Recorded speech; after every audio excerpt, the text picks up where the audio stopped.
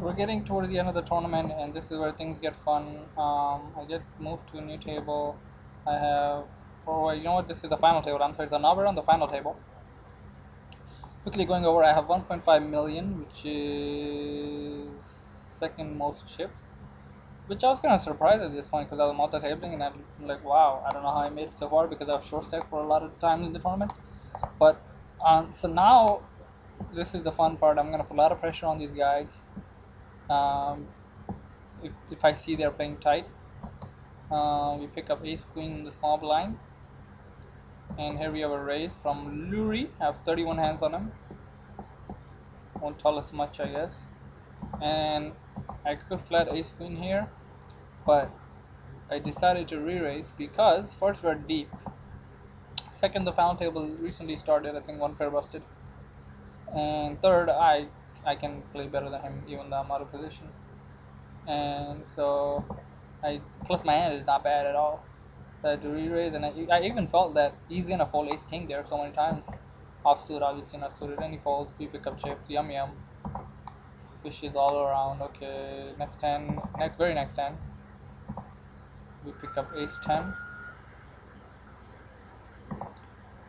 And let's see what happens there. Fold, fold, fold, fold, fold. That's a standard shove. He shoves 10-8 and da da da. We skip to the river. We hit the 8. Pretty much I raise the flop. He shoves pre-flop. Oh, you saw the action. Why am I talking? Sorry about that. Okay, moving on. La la la. Next hand on the final table. 1 second. Okay, cool. Alright. 410. What the fuck am I doing with the 410? I think I like re-raising with 410. I don't know why. Folds around to Yikshlik. I don't have many hands on him, but I felt like either he's stealing or he's one of those players. You know, it's one of those ace queen spots where I just feel like I'm such a better player than him and I have a lot of chips. And I really don't care what my hand is, but I 3-bet him and he falls. It kind of comes into play again because I 3-bet him again later on. But here it was just pretty much situational, and I felt he falls there, and you know I just want to push him around, so I do. Okay, moving on. Next hand, 10-8 of diamonds. I love 10-8 of diamonds, and I'm on the button. I mean, could it get any better? Let's see. Folds to Zick click again. He raises again. Hey, what do you know? I'm gonna 3-bet him again. And I think 10 hands after, maybe, or not even. Yeah, it's actually one orbit. Or was it the very next time? Let's see. Yeah, it's about an orbit, I think. And I'm doing it for the same exact reason. Now I'm doing it for more than, I mean, I have the button now, so let him raise, and he folds again like a little pussy. So yum yum, more chips for me. Okay, what do we have? 5-6. Now this, I don't like this play by me, but I think I just got too cocky finally with Zig Slick.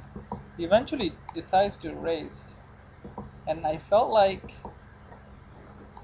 I can keep pushing him around for some odd reason. And I felt like, heads up, if he doesn't have like a pair, my hand is 30 to 40% anyway. So I said, boom, shove 2 million. He snap calls me, shows ace 10, and boom, we hit a straight. So I kind of got lucky there. Well, not kind of, I got lucky there. So whatever. If I just flat here, which I'm probably never gonna. Well, I'm not gonna say never, but I do flat here, and I don't know how it plays post flop, but he probably makes me fold on the turn, I think. But I got lucky and I pick up a lot of chips, and he was probably pissed because he folded twice to me, and I bet you he had the best hand obviously both of the times there. So yes, I picked a spot and it worked out for me. Okay. Moving on, king queen. It's probably a standard play, I guess, or not. Now we're up to 4 million. I guess the second biggest stack is 2 million MFC mark. and we have 300 hands on him. I mean, I've probably played with him in the tournament the whole time, I guess. Here's a shove, and then I decided to reshove. I guess it's standard. I could just like instead of reshove, I could just raise to a million. I don't think it matters because it's MC Mark shove, and if I've come to a million, I'm gonna call. So I just reshove and whatever he shows ace nine is a good, it's a standard play by him. It's a standard play, whatever. I guess I just put it in to show what a standard play looks like. Woohoo!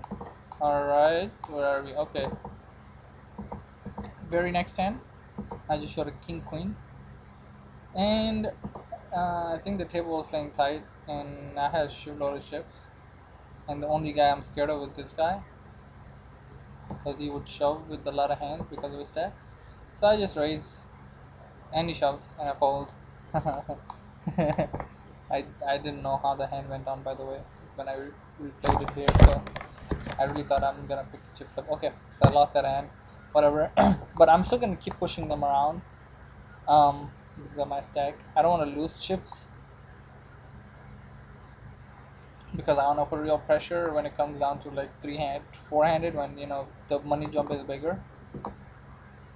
Okay, all right, da da da da da da da da da da, and we lose another big pot here. Why? Okay, we're four-handed now. Pose to the button on the MC. Now here's the thing about this hand. He knows that I'm three betting a lot, and I think the way I'm saying it is exactly how it happens in his head too. MC Mark, after playing with him on the fan table, I realized he's a good player, and he's picking up on my tells. And I think he was just playing one table at the time, which was the foul table, and he knows I'm three betting light. As soon as I three bet here, I think he doesn't have anything good, or in other words, he doesn't need to have anything good because I think he's a good enough player to know that I'm three betting him light, and he does what a good player should do here is to reshove, and I fold queen deuce. So um, at this point, I realize okay, he knows what I'm doing, so I'm gonna back off a little from him, but I'm still gonna keep pounding on Anju, and Gambler is almost busted here. So okay, where are we? All right, come on, quickly. 3-4 suited, yum yum. I mean offsuit, sorry. Okay. So now here we go again. Couple hands later, and as I said in the last time, I'm gonna back off, but I'm an idiot, so I decided not to back off and three bet him. This time I three bet pretty big. Now, if he's a load and mistakes regular, he would know that I'm not gonna three bet again light because he shoved, but I'm not, you know, that amateur of a play, so I three bet him again light here, and he folds again. So I guess I did continue my aggression because he felt that I wouldn't three bet him light again, but I knew that, so I'm gonna three bet him light again. Right? Right. Okay. All right. Looks like we busted a player here finally. Wait. What? Huh? Yeah. Okay. So we're down to three-handed now. The gambler got busted, and we're in the. So Andrew is playing pretty snug here. So we're gonna raise this small blind. I think I should have raised more. Whatever. Because I'm getting 3 calls. Flop is a jack. A beautiful flop for my. Oh, let me show you my hand, by the way. I have jack 7. Great flop for my hand. I decided to check. I'm not sure why. I was going for either a check call or a check raise. But I felt it's a board that's gonna hit his hand a lot. Like 9-10 hits ace 8, king queen is 2 over, jack X, ace 4, 2 diamonds, 10-8, and 7. So there's so many hands here. So I felt like he's gonna bet here a lot, and he does. And I felt a check raise is the right play, even though I think it's too strong, but I do it anyways. And he folds. No, wait, sorry. He calls. Huh. Okay, let me do this again. So on the flop, he checks. I check. He bets. I think a flat is okay too here. But I think if an ace comes and if he has an 8, he might shut down with 8, 9 kind of hand. So whatever. I decided to check raise and he flats, which kind of scares me. Because now he only has 700,000 behind. The pot is 2 million, and queen of diamond comes, horrible card. And I check, and I didn't check it with the intention of folding, but I check with the intention of calling. And he shoves, and I call, and he turns out queen, and I'm like, fuck. I guess I should have raised more. I don't know. I think if I bet the flop, he flats or raises, so the money goes in anyways on the flop if he raises on the flop. And I call, blah blah blah, but I hit a diamond, so whatever. So now we're heads up, and heads up we play this hand. See if this is a good hand. Oh yeah, this is a beautiful hand. I love this hand. Okay, so he raises, and we've been, I think, heads up for a couple of, no, for not that long. Actually, for only 2 hands. Sorry. And I knew he's a decent player, so I know he's gonna raise his button heads up a lot, whatever. So I'm gonna defend. And I flop top pair, and I check, and he checks behind. So I was pretty sure I have the best hand here. I felt like with a hand like 8-9, 9-10, Jack 9, Jack 8, he's gonna see bet. So either he has caught a pair, maybe he has like an ace 4 kind of hand, or a 3-5 kind of hand. I don't know. 3-5 seems too weak, but maybe he might have a 7-6 kind of hand too, or he has like 2 Broadway cards. But I didn't put him. I didn't think he had like Queen 5 or not. Well, Queen 5 he could check behind. I think Queen 5 is the best, but I think he doesn't have like a 8-9, 8-10, King 9 kind of hand. I think he see best those. Turns an ace, so now that's a scare card for me. I'm gonna check. Now here's where different levels of poker come in, because I know that's a scared card. He knows that's a scared card. But does he know that I know that he's a decent player to make a bet on that scare card? And so he bets, and I call. You can just say I'm calling because my hand is pretty strong, and that is also true. But I absolutely do not give him credit for an ace there. River's a blank, he bets, and now I've made my hand.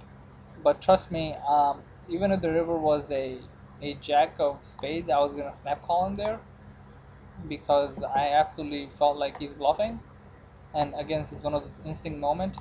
And it was definitely the ace that gave away his hand, because I knew that it's a scare card, he knew it's a scare card, and I just wanted to see how much he bets. And at that point I was thinking if he bets a certain amount, then he probably is just trying to rep an ace. I think I think he c-bets, he plays out, he loses more chips. Okay, I want to play 2 more hands quickly. Quickly, 10 jack. Where am I? I'm in the small blind, he raises, I call, top pair, he checks, I check, he bets, I call, river's an 8, I check, he checks, river's a 7, I check behind, I check the river because, I don't know, I guess I should have value bet there. I guess that's why I put the hand in. That's a mistake, because he checks behind a lot of 8s and 7s and ace highs and whatever, so I should have value bet there. So that's a bad play by me, heads up. Alright, last hand where all the chips goes in the middle. Here we go, pretty standard. I have 7.8 million, he has 2.2 million. I have king queen, he raises the button as he's been doing for a while, and he calls it 4. And we hit a queen, and we win the tournament. And thank you for watching. I have to close this video because there has to be 15 minutes or less so I can put it on YouTube. But put your comments in, and thank you for watching, and I'll see you in the next video. And I hope you enjoyed it. Later.